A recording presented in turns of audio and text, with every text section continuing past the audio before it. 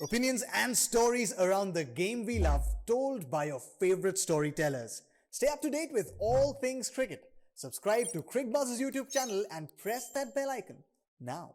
Just to stay with it for a moment, since Michael Vaughan mentioned about Chris Jordan, it's not that Jadeja didn't have options. And I think this was very different from, say, Rahul Chahar going for 29 the other day, and you saying, listen, it was a freak over.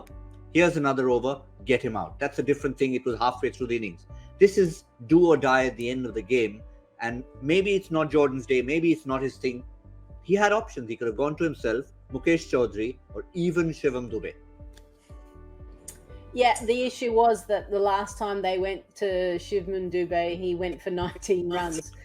So he was kind of crossed off the list. I thought Jadeja as skipper might come in and bowl and take the pace off and maybe bowl into the pitch.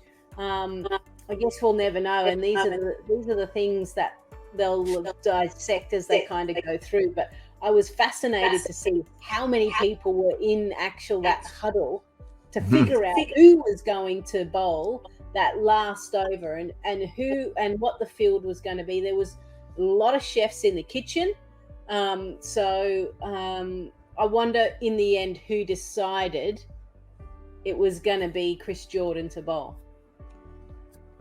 Well, yeah, we know Chennai in the past have been clinical. They've been lethal when they've had a team down on the mat. It's not that they haven't lost matches before, but when they've had a team on the mat, Lisa, in the past, they've never taken their foot off the throat. Yeah, it's just different. They just don't have the firepower, do they, this year? They just don't have the players that are having the impact and being able to take those wickets under pressure. I thought DJ Bravo bowled really well. He's still clever with what he's able to do. He loves a contest. He was kind of egging Miller on, like, come on, mate, try and whack me over deep mid-wicket. They just need a few more like that. Losing Josh Hazlewood, Deepak Chahar, all of these players that they've kind of relied on the last few years, it's starting to show, isn't it? Yeah, you used the word about opposition not fearing them, Michael. This is that kind of scenario. I'm not going to bring up a Deepak Chahar because he probably wouldn't have been bowling here. He might have bowled out already.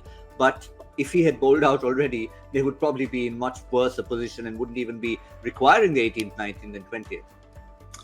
Yeah, and also, a new captain, you want to win tight games. And realistically, it wasn't a tight game and they've lost it. They should have easily won that game by 10 or 15 runs. And I can only imagine what will happen now that, I don't remember seeing MS Dhoni lose too many games like that. You just never used to see an MS side lose a tight game, and he wouldn't have even let it get to being tight. You could see at the end there, he was kind of manoeuvring himself back into the captaincy role of manoeuvring fielders, which is fine. I think Ravi Jadeja would want that from MS Dhoni behind the stumps. But when you're at your infantry stages as being a captain, you really want to win the games that you really are controlling. I always feel as a captain, you pride yourself on getting your side over the line when it gets to that stage of being a little bit tough. It shouldn't have even got to being tough today, but it did. And then you pride yourself on making the right call, getting your players in the right mindset, your fielders in the right zone to see out that game. And that'll hurt Jadeja. It really will. It'll hurt him because it's the real first game that he's probably been in the captaincy seat, trying to direct his side over the line, and it's not managed to go his way. So he'll have to learn from that.